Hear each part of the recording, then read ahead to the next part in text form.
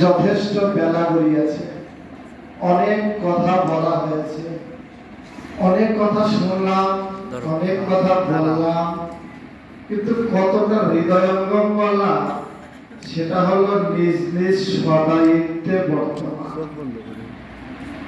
Aranyak Gita school কর্তৃক আয়োজিত প্রথম বর্ষবার্ষিক উৎসবের আজকে সম্মানিত সভাপতি, মঞ্চে উপবিষ্ট অন্যান্য অতিথিবৃন্দ, উপস্থাপক, দেবাশিস স্যার সহ সম্মানিত সবাইকে আমার অন্তরের অন্তঃস্থল থেকে ভুলণ্ঠিত প্রণাম নিবেদন করছি।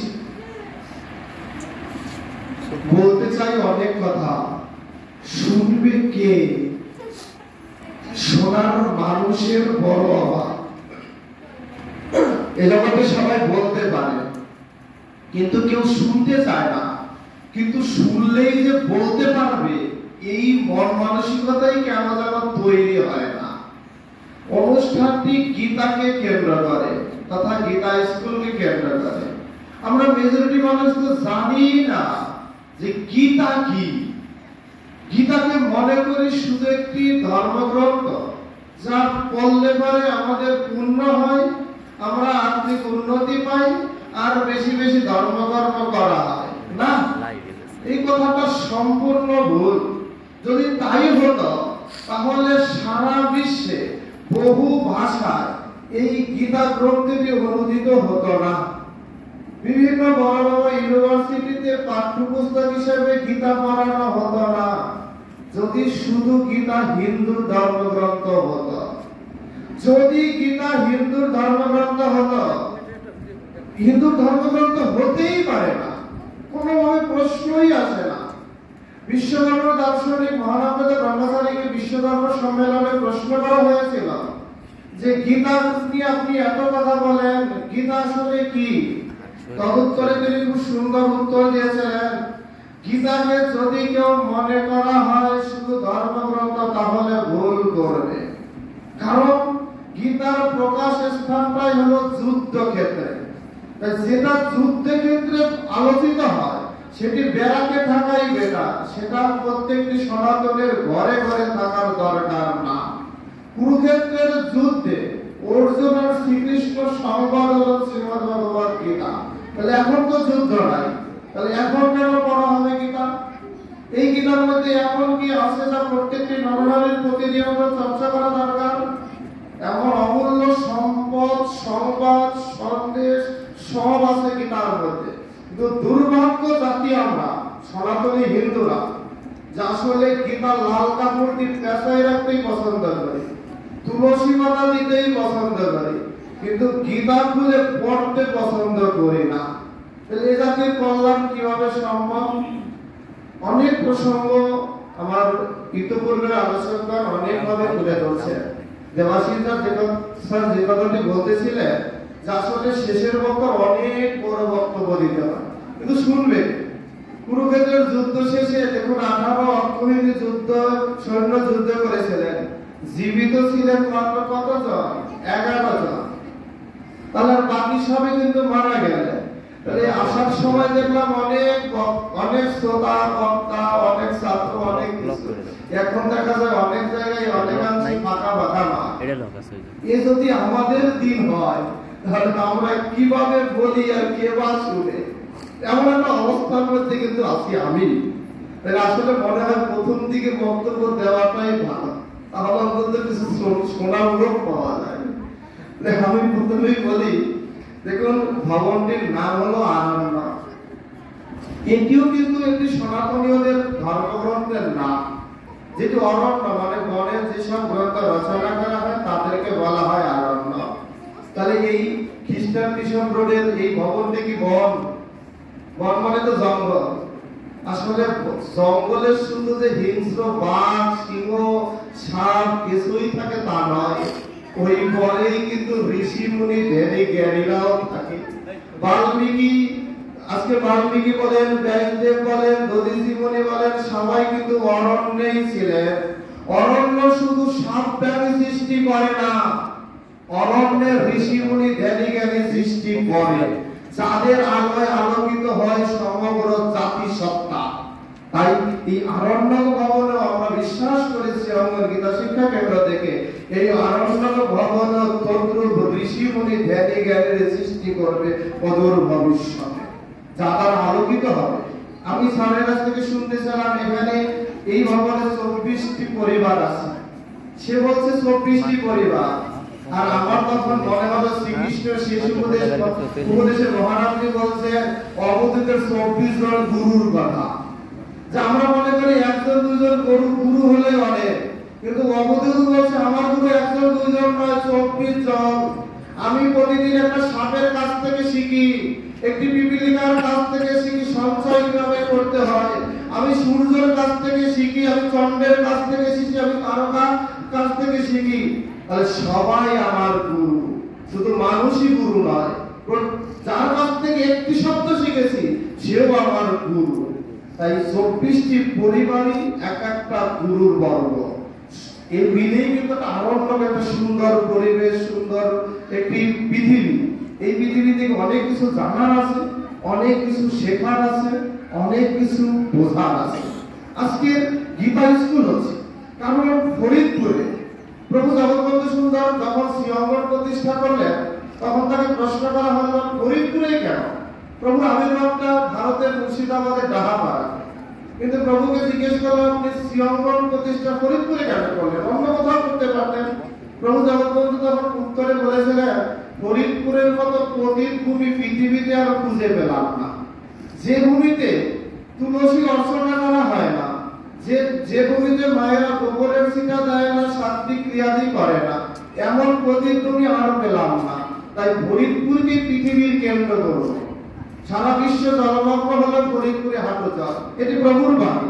তাহলে এই ফরিদপুরে অনেক হিন্দু পরিবার আছে, যারা সমাজের এলিট শ্রেণী, উচ্চ শ্রেণী, অর্থবিত্তে, জ্ঞান প্রজ্ঞা পাণ্ডিত্যে কম না, অনেক বেশি। কারণ ভগবানের কৃপায় বিভিন্ন জেলায় ঘোরার সুযোগ হয়, কিন্তু ফরিদপুর আসলেই ব্যতিক্রম।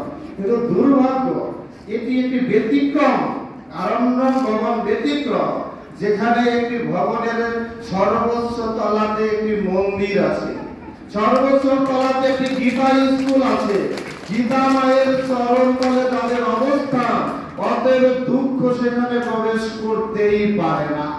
মহাত্মা গান্ধী, যিনি ভারতের জাতির পিতা, তাকে চিনেন না এমন কেউ নাই, তার লেখা বই পড়েন না বা তার আদর্শ বিশ্বাস করে না। মহাত্মা গান্ধী বলছে আমার দুজন মা, একজন হলো জন্মদাত্রী মা, যাকে সবসময় কাছে না পেলেও আর একজন মাকে পেয়েছেন, তিনি হলেন গীতা মা। যখনই যে কোনো পরিবেশ পরিস্থিতিতে সমস্যায় পড়েছি, গীতা মায়ের চরণে আশ্রয় দিয়ে গীতার পাতায় পাতায় সমস্যার সমাধান খুঁজে পেয়েছি। তাহলে গীতা, মহাত্মা গান্ধী ধর্ম করার জন্য গীতা করেনি, তিনি মানুষের মধ্যে অসাম্প্রদায়িকতা দেখানোর জন্য গীতা বলেছেন, সাম্যতা তৈরি করার জন্য গীতা বলেছেন, মানুষের মধ্যে মানুষ তৈরি করার জন্য গীতা বলেছেন। আজকের ভারতের ভূতপূর্ব প্রেসিডেন্ট ছিলেন এপিজে আব্দুল কালাম, যাকে চিনেন না, যার লেখা বই পড়েন এমন কেউ না, তিনি প্রতিদিন গীতা পড়ছেন। তাই বলে কি তিনি হিন্দু হয়ে গেছেন? তিনি একজন মুসলিম হয়ে প্রতিদিন গীতা পড়তেন। কারণ কি, আজকে যিনি এটম বোমা তৈরি করলেন, তিনি বলছেন আমি এটম বোমা তৈরির সূত্র পেয়েছি গীতার মধ্যে একাদশ অধ্যায়ে ভগবান বিশ্বরূপ দর্শন যোগে, যেখানে একই সময় একই আকাশে সহস্র সূর্যের উদয় হলে কি পরিমাণে কার্বন পাওয়া হতে পারে, সেই সূত্র থেকে আমি গীতা পড়েছি, আমি এটম বোমা তৈরি করেছি। আজকে জাতিসংঘের মহাসচিব, তিনি কিন্তু অনেক পূর্বে অবস্থান করেছিলেন, দেখ হেমাশিল বলছেন আমি প্রতিদিন রাতে শোয়ার আগে গীতা পড়ি। কেন পড়ি জানেন? কারণ আমি জাতিসংঘের মহাসচিব, আমার কাজ হলো বিশ্বের শান্তি প্রতিষ্ঠা করা, কিন্তু আমি শান্তি প্রতিষ্ঠা করার কে শান্তি প্রতিষ্ঠা করতে পারে একমাত্র শ্রী ভগবান। আমি গীতার পড়ি, গীতার মধ্যে ভগবান বলেন অর্জুনকে উদ্দেশ্য করে যে তুমি তোমার কর্ম করো, কিন্তু ফলের আশা করো না, ফল দেব আমি, তুমি তোমার কর্ম করো। তাই মহাসচিব বলছে আমি আমার কর্ম করতে পারি, কিন্তু বিশ্বের শান্তি প্রতিষ্ঠা হবে কি হবে না তা নির্ধারণ করে ভগবান, আমি নই। তারা কি এগুলো পড়ে কি আসলে তারা হিন্দু হয়ে গেছে? তারা এগুলো পড়ে মানুষের মধ্যে মানুষ হওয়ার বার্তা তৈরি করে দিয়েছে। গীতা মানুষ অসাম্প্রদায়িকতা শেখায়, সাম্যতা শেখায়, ন্যায্যতা শেখায়, সবার মূল্যায়ন শেখায়। কিন্তু আমরা তথাকথিত হিন্দুরা মনে করি গীতা আমাদের ব্যক্তিগত সম্পত্তি, গীতা আমাদের সম্পদ না। আজকে দেখুন প্রতিষ্ঠানিক শিক্ষা আমাদের দৈহিক বা আমাদের মানসিক তৃপ্তি দিতে পারে, কিন্তু আপনাদের আত্মিক উন্নতি এটি স্বস্তির জায়গা দিতে পারে কিন্তু শ্রীগ্রন্থ শ্রীমদ্ ভগবত গীতা। কারণ এ প্রসঙ্গে অনেক কথা বলা যায়। দেখবেন গীতার প্রথম শ্লোকের ব্যাখ্যা যদি আপনি দেখেন তাহলে অনেক কিছু জানার আছে, শেখার আছে। গীতা যার মূল বক্তা হলেন ভগবান শ্রীকৃষ্ণ, মূল শ্রোতা হলেন শ্রী অর্জুন, কিন্তু শ্রীমদ্ ভগবত গীতা শুরুই হয়েছে ধৃতরাষ্ট্রকে থেকে। তাহলে প্রশ্ন থাকে না যে একজন অন্ধকে দিয়ে কেন গীতা শুরু করলেন? আর কাকে বলছেন? সঞ্জয়কে। তাহলে ভগবানের কথা নাই, না আছে অর্জুনের কথা, ধৃতরাষ্ট্রকে দিয়ে গীতা শুরু করতে হবে কেন? কারণ কত সুন্দর ব্যাখ্যা দিয়েছেন মহানন্দ ব্রহ্মচারী যে আসলে ধৃতরাষ্ট্র নয়, বলছে আমরা প্রত্যেকটা মানুষই ধৃতরাষ্ট্র। আমাদের চোখ থাকতেও আমরা অন্ধ। আজকে একটু আগে যে দাদা আমাকে আমার উদ্দেশ্যে একটি প্রশ্ন রেখেছে, আমি বলবো আমরা ধৃতরাষ্ট্র বলেই আমাদের ধর্মের আজকের অধোগতি। আমরা আজকে ধৃতরাষ্ট্র বলেই আমাদের অধোগতি, কারণ আমরা মহাচ্ছন্ন। ধৃতরাষ্ট্র পুত্র স্নেহে এতটাই মগ্ন ছিলেন যে তিনি ধর্ম জানেন কিন্তু ধর্ম পালন করেন না। তিনি যার কাছ থেকে শিখেছেন, বিশ্বদেবের কাছ থেকে, তার কাছ থেকেই শিখেছেন কিন্তু পাণ্ডু মহারাজ। পাণ্ডুর পুত্রগণ সারা বিশ্বে আদরণীয় বরণীয় হলেন, ধর্মরাজ হলেন, আর একই গুরুর শিষ্য হিসেবে ধৃতরাষ্ট্র কি করলেন? জগৎকে একটি অন্ধকারের দিকে ধাবিত করলেন।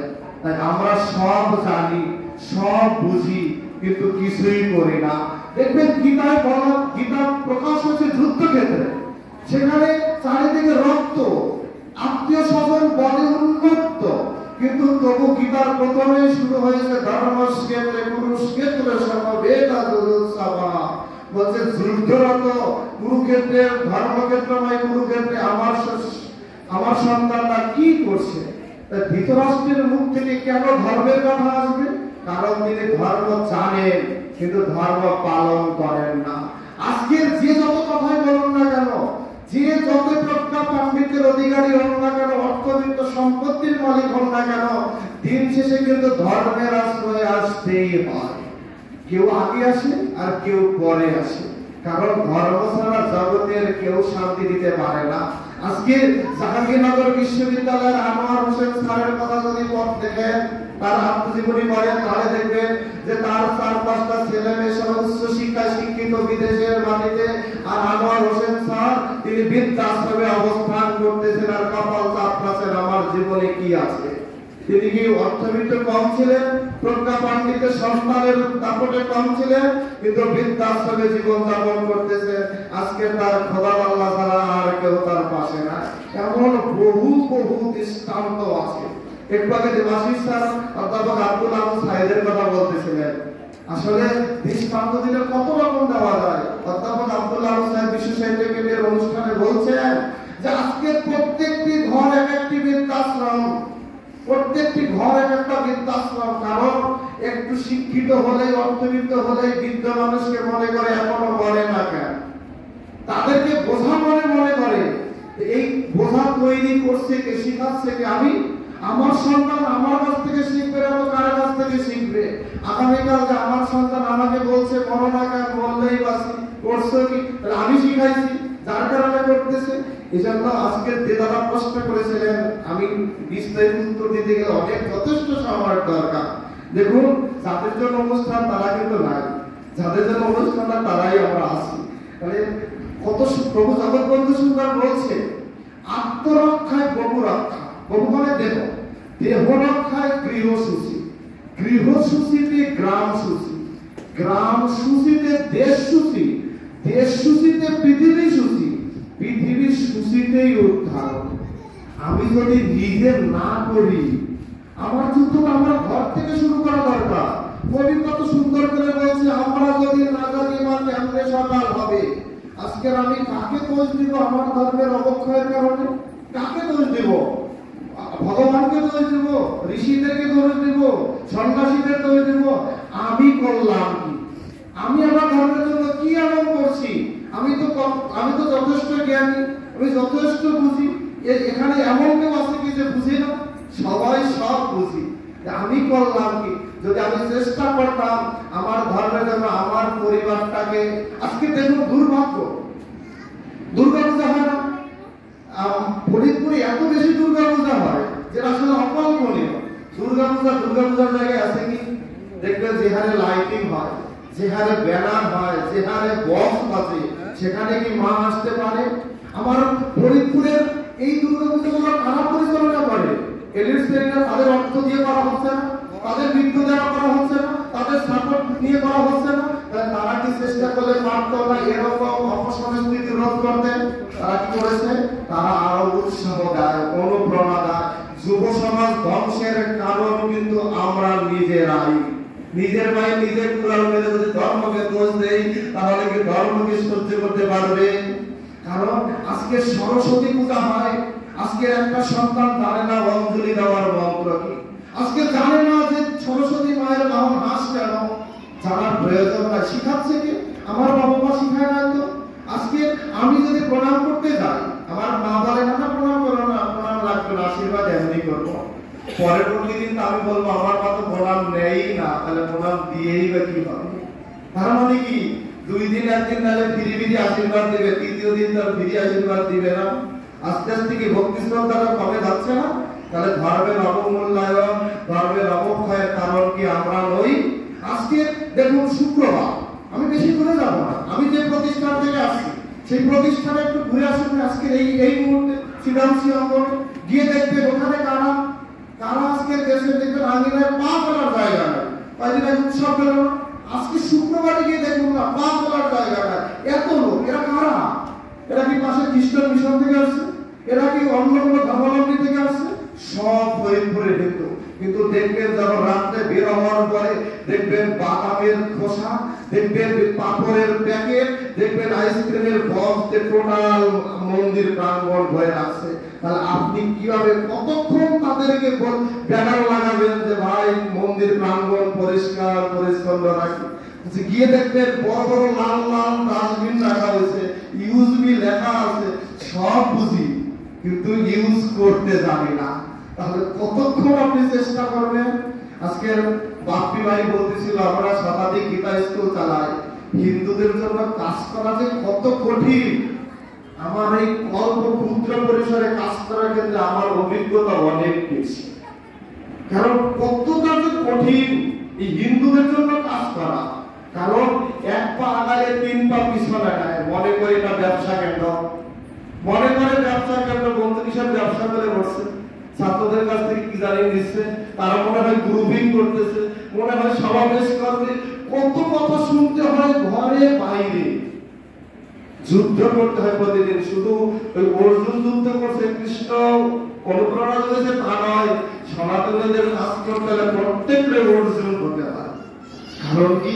সনাতনীদের অবমূল্যায়নের এই যে দুঃখ, এই দুঃখের কারণ নিজেরা। যতদিন না পর্যন্ত নিজেরা সচেতন হবে ততদিন কিছু হবে না। এটা প্রসঙ্গের বাইরে গিয়ে একটু বলি। কিছুদিন আগে দেখবেন বাংলাদেশে হিন্দুদের নেতাকে আটক করা হয়েছে। আমরা কতজন ছিলাম তার পক্ষে বা রাস্তায় মিটিং করতে গেছিলাম? কতজন? আজকে ফরিদপুরে হিন্দু কম ছিল, তিনি আজকের পর্যন্ত আবদ্ধ। আমরা কি কোনো চেষ্টা করছি? আমরা সবাই নিজ নিজ আত্মরক্ষার চেষ্টা করেছি। 47 সালে আমরা পালিয়েছি, 71 সালে পালিয়েছি, 90 সালে পালিয়েছি, আমরা 24 সালে পালিয়েছি। তাহলে আমাদের ধর্মকে আমরা কিভাবে রক্ষা করব? আজকে দুর্ভাগ্য কি জানেন? কতদিন মহারাজের কাছ থেকে শুনে ভালো লাগছে। আজকে সনাতনীয়, আজকে যদি একটা খ্রিস্টানের কারো সন্তান জন্মগ্রহণ করা হয়, সবাই উপহার নিয়ে তাকে গিয়ে বলে দেবদূত এসেছে, যদি আমার অভ্যর্থনা জানায়। আর হিন্দু ধর্মে কি করে? বলে বলে একটা সন্তানের 10 জোর করে যাওয়া যেত না। তাহলে কিভাবে পিছিয়ে দিচ্ছে? কিন্তু এত কিছুর পর আমরা যারা শিক্ষিত সমাজ, আমরা যারা ভদ্র সমাজ, তারা কেন এখান থেকে আমরা বেরিয়ে আসি না? আমি বলবো, আমার কর্মক্ষেত্র থেকে আমি দৃঢ়তার সহিত বলবো, অশিক্ষিত মানুষ যতটা কুসংস্কারাচ্ছন্ন নয়, তার চেয়ে অধিক কুসংস্কারাচ্ছন্ন যারা শিক্ষিত সমাজ। কারণ তারা বেশি পদে পদে বাধা সৃষ্টি করে। আজকে নারী জাগরণের পথে বাধা সৃষ্টি করে, আজকে ধর্ম জাগরণের পথে বাধা সৃষ্টি করে। আজকে কেন বলা হচ্ছে এখানে ছোট ছোট বাচ্চারা কেন শিখবে? আজকে ছোট ছোট বাচ্চারা কেন গীতা শিখবে? আপনি কি গীতা শেখা শেষ? যারা এই বিল্ডিং এ আছেন আমি তাদেরকে প্রশ্ন করছি, আপনারা দৃষ্টতা ক্ষমা করবেন। আপনারা যারা আছেন আপনাদের কি গীতা পড়া শেষ হয়ে গেছে? আপনাদের গীতা চর্চার দরকার নাই? তাহলে আজকে তো আমি বিভিন্ন অনুষ্ঠানে বলি, আজকের হিন্দু হয়ে আমাদের লজ্জা নাই। হিন্দু জাতি ভদ্র জাতি, কিন্তু বর্তমান পরিবেশে হিন্দু জাতির মতো বেহায়া জাতি আর কেউ নাই, কারণ হিন্দুদের লজ্জা নাই। আজকের এখানে দাঁড়িয়ে একটা ছোট্ট বাচ্চা কত সুন্দর করে গীতার মন্ত্র পাঠ করছে, কত সুন্দর করে পাঠ করছে গীতার মন্ত্র, গীতার শ্লোক থেকে পাঠ করতেছে, আর আমি নির্বাক হয়ে বসে আছি। আমার কি লজ্জা হয় না যে না আমারও শেখা দরকার আছে? যদি লজ্জাটুকু হতো তাহলে আমিও শিখতাম, আমিও চর্চা করতাম। তাহলে দেখতেন আমাকে গিয়ে রাস্তায় কেউ কারো অপদস্থ হতে হতো না, কেউ প্রশ্ন করলে আমি নিরুত্তর থাকতাম না। আজকে আমার ধর্ম নিয়ে কটূক্তি করে, কারণ আমার ব্যর্থতা, দুর্বলতা। আমি শিখতে চাই না, আমি জানতে চাই না, আমি প্রয়োজন মনে করি না। প্রতিদিন আমরা কজন আছি, প্রতিদিন আমরা কজন আছি যারা আমরা বলি আমার সন্তানদেরকে যে চলো একটু মন্দিরে প্রণাম করি বা গৃহ মন্দিরে প্রণাম করি, গুরুজনদের প্রণাম করি, আমরা কজন আছি আমরা নিজেরা শিখাই? তাহলে আমার ধর্মটা কিভাবে রক্ষা পাবে বলো? কারণ এই জন্য নিজেদেরকে একটু সচেতন হওয়া দরকার, নিজেদেরকে একটু এগিয়ে আসা দরকার। তাই আমি বলছিলাম যে আসলে বললে পরে অনেক কথা, কিন্তু বলতেও ভালো লাগে, কিন্তু শুনতে কিন্তু ভালো লাগে না। কারণ তাহলে মনে হয় আমাদের আঘাত করছে, কিন্তু না। কারণ এক নয় ভালোবাসা দিয়ে জয় করো, নতুবা শাসন করে জয় করো। আজকে এই যে এতগুলো গীতা স্কুল চলতেছে না, এর পিছনে ভালোবাসার চেয়ে বেশিটাই শাসন।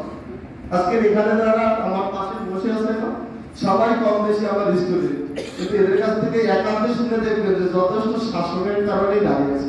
কারণ কি জানেন, ভদ্রতার কোনো দাম নাই, বিনয় অবশ্যই দরকার, কিন্তু বিনয়টা যেন দুর্বলতা না হয়। আমরা বিনয়টাকে দুর্বলতা মনে করি।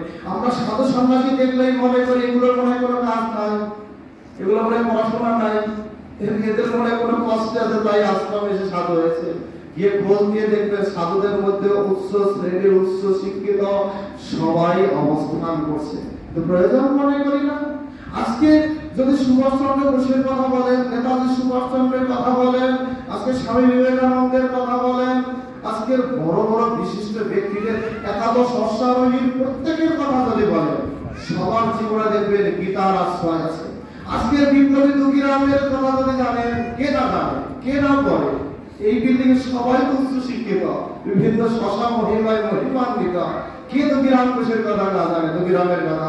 দুঃখীরাম বলছে আমি গীতা পড়েছি, আমার মৃত্যুর কোনো ভয় নেই। কই আমরা কি তার কাছ থেকে শিখলাম কিছু? পড়ি না, খালি অপেক্ষা করে লাল কাপড় দিয়ে গীতা পেঁচায় রাখি, তাও জানি না যে লাল কাপড় দিয়ে কেন। তারপরে ঠাকুমা মরণ অপেক্ষা করি, কবে ঠাকুমা মরবে, আর তার বুকের উপর গীতা দিয়ে ঠাকুমার স্বর্গে বানাবো। গীতা পড়ে স্বর্গে যায় না, আমি গ্যারান্টি দিলাম, গীতা পড়লে স্বর্গে যায় না, কিন্তু গীতা পড়লে মানুষ হয়। মহানাগত ব্রহ্মচারী যে আমেরিকা বিশ্ব ধর্ম সম্মেলনে বলছে, মানুষও খায়, পশুও খায়, মানুষও ঘুমায়, পশুও ঘুমায়, মানুষও জন্ম বিস্তার করে, পশুও জন্ম বিস্তার করে। তাহলে মানুষ আর পশুর পার্থক্য কোথায়? বলছে পশু পশুত্ব নিয়ে জন্মায়, কিন্তু মানুষ মনুষ্যত্ব নিয়ে জন্মায় না, তাকে অর্জন করতে হয়।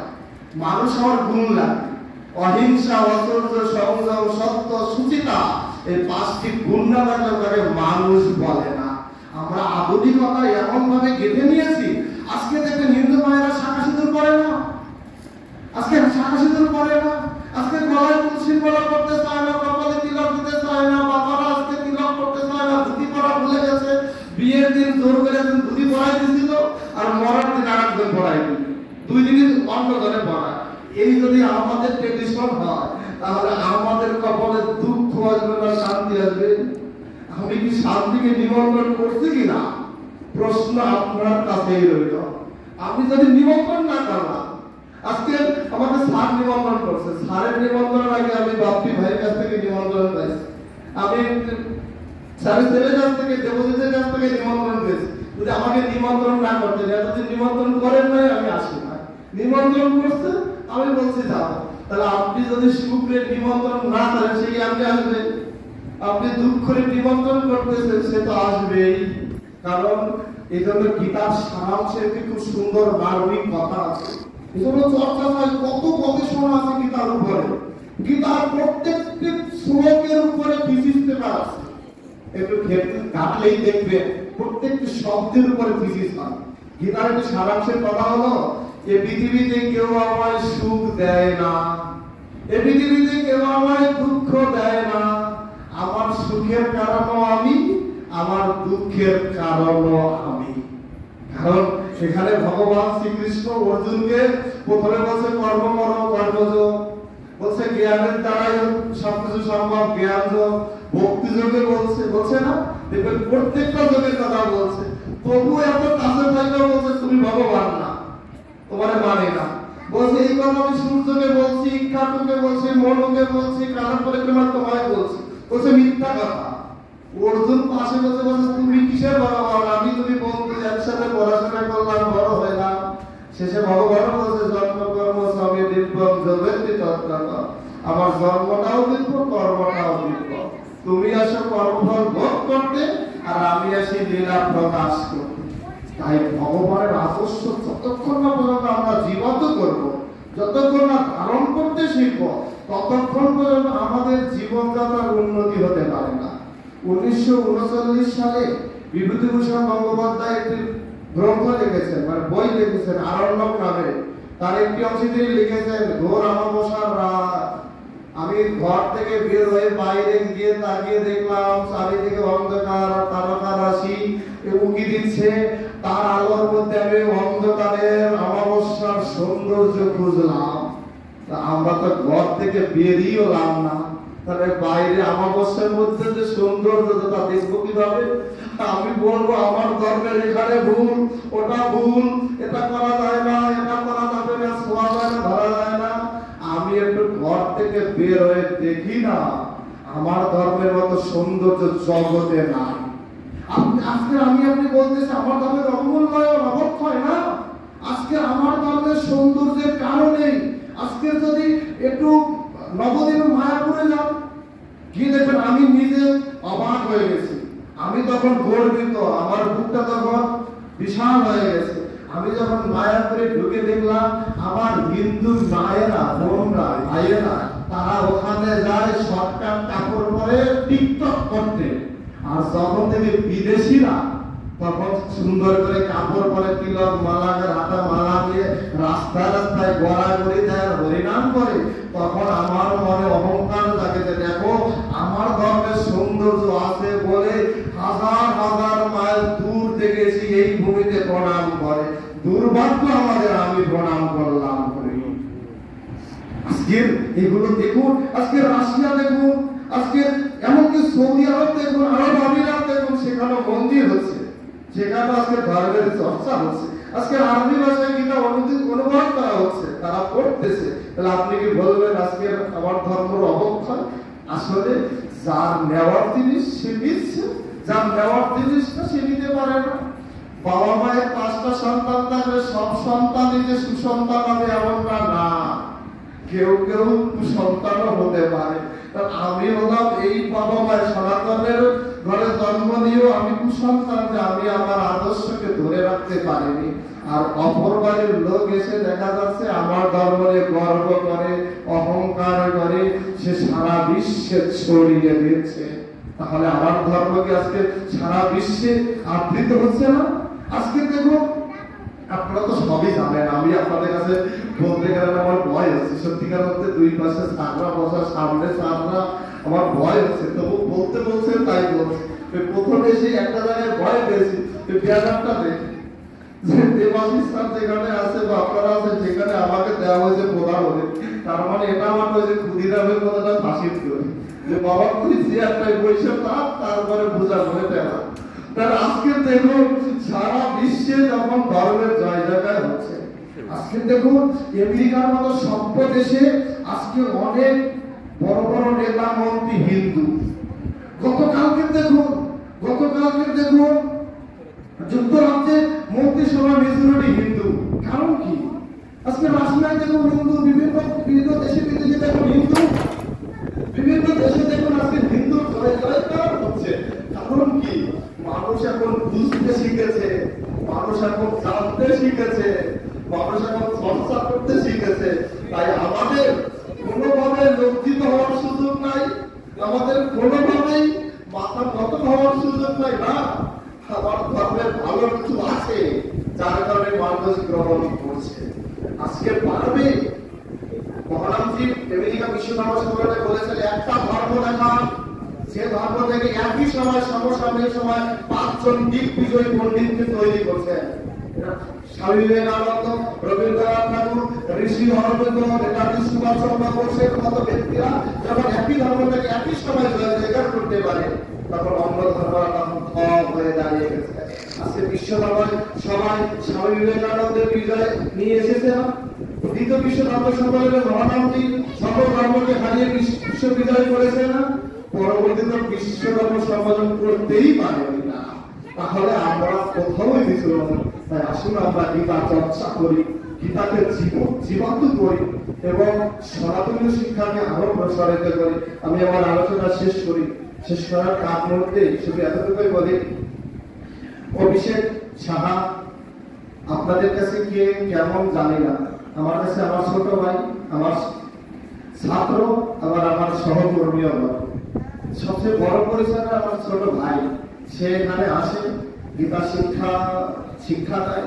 তার ভুল ত্রুটি অনেক হতে পারে, যদি সে কোনো ভুল ত্রুটি করে থাকে সেগুলো আমার মনে করে ক্ষমা করে দিবে। কারণ ওই ভুল ত্রুটি ভাই শিখানো তো আমার, ভুল করলেও আমি শিখাচ্ছি, ভালো করলেও আমি শিখাচ্ছি, অর্থাৎ বইগুলো আমারই। যদি কোনো ভুল করে থাকে অপরাধ ক্ষমা করবেন, তাকে উৎসাহ দেবে, অনুপ্রেরণা দেবে। ধর্মের আরেকটি অবমূল্যায়ন যেটা আমি বলতে গিয়ে বারবার বলে গেছি, সেটা হলো উৎসাহ অনুপ্রেরণার জায়গাটা দুর্বল। কেউ উৎসাহ দেয় না, আর কিভাবে পিছিয়ে টেনে যাবে সেটা বলা যাবে, কিন্তু এই গেলে অবস্থা, কারণ টেনে ধরে, উৎসাহ দেয় না, ভাই করো না, আমরা আসি তো, এইটা বলে না। আরে কি হবে টেনে রাখা না, এই করবি কেন, সাধু হয়ে গেছিস, এই ধার্মিক হয়ে গেছিস, পণ্ডিত হয়ে গেছিস, আমার করে তখন আমার লড়টাই পিছিয়ে যায়। তাই সবাই আমি জানি, বিশ্বাস করি আপনারা উৎসাহ অনুপ্রেরণা যোগাচ্ছেন। দেবাশী স্থান যেখানে আছে সেখানে তো আমার প্রশ্ন করার কথা নয়, আমার কোনো কিছু জানারও বিষয় না। তারা যেখানে আছে সেখানে শুধু ছোট ছোট ফুল নয়, গোলাপ রজনীগন্ধা নয়, শত দলের দ্বারা সুপোষিত হবে। সেই পারিজাত ফুলের দ্বারা গন্ধ বিকশিত হবে, স্বর্গের আমোদিত হবে।